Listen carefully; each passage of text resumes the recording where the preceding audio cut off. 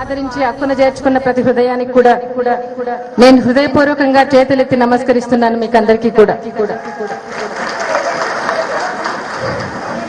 ఇవాళ ఈరోజు జరిగే కార్యక్రమం మీతో అందరినీ కలవడానికి, మీతో మాట్లాడడానికి ఈరోజు మనం సమావేశం చేసుకోవడం జరిగింది.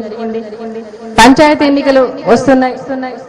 మామూలుగా అయితే ముందు మున్సిపల్ ఎన్నికలు జరగాలి, తర్వాత మండల ప్రజా పరిషత్ ఎన్నికలు జరగాలి, తర్వాత పంచాయతీ ఎన్నికలు జరగాలి. కానీ ఇప్పటి ప్రభుత్వం ఏం చేస్తా ఉందంటే మరి ఆ ఎన్నికలకు పోతే పార్టీ గుర్తుల మీద పోవాల్సి వస్తుందని, మొన్న ఏదైతే సొసైటీ ఎన్నికల్లో మరి పంచాయతీ ఎన్నికల్లో మరి పార్టీ రహితంగా ఉంటుందని, సొసైటీ ఎన్నికల్లో మరి వాళ్ళు అప్రజాస్వామ్యంగా వాళ్ళు గెలిచి ఈరోజు బాగా గెలిచామని చెప్పి అనిపించుకోవడం కోసం ఈ పార్టీ రహితమైన పంచాయతీ ఎన్నికల్లో ఎవరు గెలిచినా కూడా మా వాళ్ళు గెలిచారని చెప్పుకోవడం కోసం, ఇంకొకటి వైఎస్ఆర్సీపీ ప్రజల్లో చాలా బాగా ఉంది, పల్లెల్లో గ్రూప్స్ డివిజన్స్ తీసుకురావాలని ఎవరైనా అభ్యర్థులు అనే వాళ్ళు ఒక పార్టీకి అంటే కాంగ్రెస్ పార్టీకి, తెలుగుదేశం పార్టీకి, మన పార్టీకి అలా ఏ విధంగా గ్రూపులు తీసుకొచ్చి ఒక శాతమో హాఫ్ పర్సెంటో ఏదో ఒకటి వాళ్ళు జరిగించుకోవాలని చెప్పి అన్ని ఆలోచన చేసి ఇవాళ పంచాయతీ ఎన్నికలను ముందుకు తీసుకొస్తా ఉన్నారు. ఏది ఏమైనా కూడా మనము ఏ ఎన్నికలు వచ్చినా కూడా వైఎస్ఆర్సీపీ సంసిద్ధంగా ఉంది కాబట్టి ఈరోజు మనం ముందుకు పోవాల్సిన అవసరం ఉంది. కాబట్టి ఈరోజు మనం ఏం జరుగుతా ఉంది, ఏ విధమైనటువంటి జాగ్రత్తలు తీసుకోవాలి, మరి ఇప్పుడు జరిగే రాజకీయాలు ఏం జరుగుతా ఉన్నాయి, ఇకపోతే నేను జవాబు చెప్పాల్సిన అవసరం కూడా ఉంది అని అనుకుంటా ఉన్నా. కాబట్టి రాజశేఖర రెడ్డి గారు ఎప్పుడు చెప్పేవాళ్ళు నా జీవితం ఒక తెరిచిన పుస్తకం అని చెప్పేవారు. దాంట్లో ఏవి దాపరికాలు లేవని కూడా చెప్పేవాళ్ళు ఆయన. ఆ విధంగా నేను కూడా మీకందరికీ ఎన్నో రకాలుగా కుటుంబం గురించి, జగన్ బాబు గురించి రకరకాల మాటలు, రకరకాల వ్యాఖ్యానాలు వస్తా ఉన్నాయి. ఇవన్నీ కూడా మీతో నేను పంచుకోవాలని, మీతో మాట్లాడాలని చెప్పి ఈరోజు సమావేశం ఏర్పాటు చేసుకోవడం జరిగింది.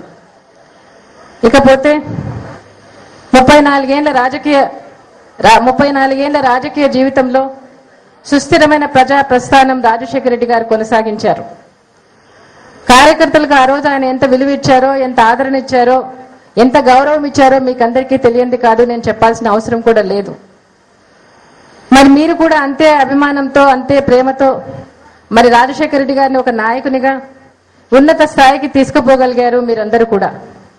దాంట్లో మీ అందరి మరి కృషి, పట్టుదల, మీ అందరి సహకారం ఆయన అంత దూరం అంత ఉన్నత స్థాయికి నడిపించగలిగిందని కూడా చెప్తా ఉన్నా. మీ సహకారం లేకపోతే, మీ పట్టుదల లేకపోతే ఆయన అంత దూరం వెళ్ళి ఉండేవారు కూడా కాదు అని కూడా చెప్తా ఉన్నా నేను ఇవాళ.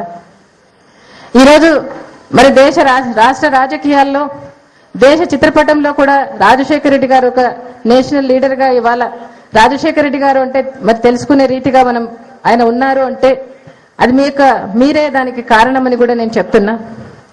మీ భుజాల మీద ఆయన 34 సంవత్సరాలు పల్లకీలాగా మోసారని కూడా మిమ్మల్ని అందరినీ చెప్తా ఉన్నా. మీ కృషి, మీ యొక్క సేవ, మీ యొక్క అభిమానం, మీ యొక్క ప్రేమ ఏది కూడాను ఈ కుటుంబం మరవజాలదు, మర్చిపోలేమో అని కూడా చెప్తున్నా. ఈ కుటుంబం ఎప్పుడు కూడా మీకు రుణపడి ఉంటుంది.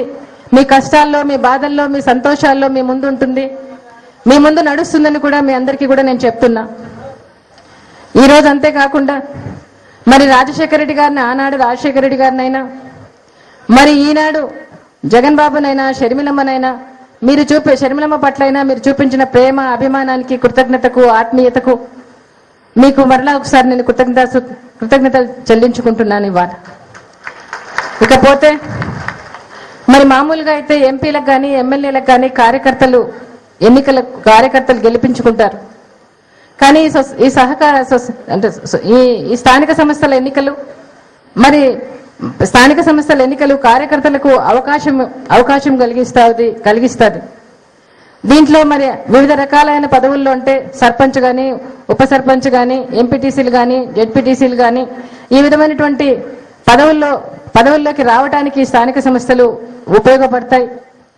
మరి అంతకంటే ఎక్కువగా కూడా నేతలుగా, నాయకులుగా ఎదగడానికి ఈ స్థానిక సంస్థలు వేదికలుగా ఉపయోగపడతాయి. కాబట్టి మీరందరూ కూడా మరి అలాంటి పదవులకు మీరు అధిష్ఠించాలి, ప్రజలకు సేవ చేయాలి, మీరు ఆ విధంగా మీరు సేవ చేస్తూ ఉంటే వాడలా గ్రామాన మీ సేవ చేసే సేవకు ఎప్పుడు కూడా మరి వైఎస్ఆర్సీపీ పార్టీ అండదండలు అందిస్తుంది, సహాయ సహకారాలు అందిస్తుంది, మీకు ఎప్పుడు కూడా తోడుగా ఉంటుందని కూడా చెప్తా ఉన్నా. ఈ ఎన్నికల్లో మీరందరూ కూడా సద్వినియోగం చేసుకోవాలని కూడా మిమ్మల్ని కోరుతా ఉన్నా. మనం కుటుంబంలో వారం చిన్న సమస్యలు ప్రతి కుటుంబంలో కూడా ఉంటాయి. మరి వాటన్నిటినీ కూడా మీరు పక్కన పెట్టి మనం ఐకమత్యంగా ఎన్నికలకు ప్రజల్లోకి వెళ్దాం. ప్రజల్లో ఉన్న అనుకూలతను, ప్రజల్లో ఉన్న అభిమానాన్ని మనం దాన్ని మన పార్టీ పటిష్టం చేసుకోవడానికి ఉపయోగపెట్టుకుందాం. ఈ రోజు మన పార్టీని మనం పటిష్టం చేసుకోవడానికైనా, ఈ రోజు మనం ఉన్న నాయకత్వాన్ని మేలైందిగా చేసుకోవడానికైనా, ప్రత్యర్థులకు మన పార్టీ సత్తా చూపడానికి కూడా ఎన్నికలు ఉపయోగపడతాయి. కాబట్టి మీరు మీ పునాదులు మీరు గట్టిగా స్థిరపరచుకొని పార్టీని కూడా మీరు పటిష్టం చేయాలని మిమ్మల్ని కోరుతున్నా. రాజశేఖర రెడ్డి గారి ఆశయాలను, మరి జగన్ బాబు లక్ష్యాలను కూడా మనం సాధించి ప్రజాసేవ చేద్దామని కూడా మీకు అందరికీ నేను పిలుపునిస్తా ఉన్నాను ఇవాళ.